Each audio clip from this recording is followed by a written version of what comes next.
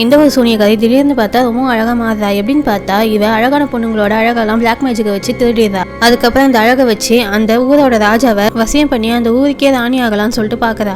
அவ நினைச்ச மாதிரியே ராஜாக்கும் அவளை ரொம்பவும் பிடிக்குது. ஆனா அவ அழகா இருக்கிறதுல ஒரு பெரிய பிரச்சனை இருக்கு. அவ கண்ணாடியை பார்த்தா அவளோட உண்மையான தோற்றம் அந்த கண்ணாடியில அப்படியே தெரியும். அதனால அரண்மனைக்கு போன உடனே அங்க இருக்க எல்லா கண்ணாடியும் மூடி வச்சிருந்தா. அப்படி இருக்க ஒரு நாள் அந்த வீட்டுல வேலை செய்யறவங்க தெரியாத நம்ம கண்ணாடி மேல இருக்க துணியை தள்ளி விட்டுறாங்க. இதனால எதிர்க்க இருந்த சூனியக்காரியோட உண்மையான தோற்றத்தை அந்த கண்ணாடியில பார்த்து பயந்து போயிடுறா. உடனே இந்த சூனியக்காரி இந்த பொண்ணு வெளியே போனா யார்கிட்ட சொல்லிடுவான்னு சொல்லிட்டு அந்த பொண்ணை அங்கேயே கொன்னுறா.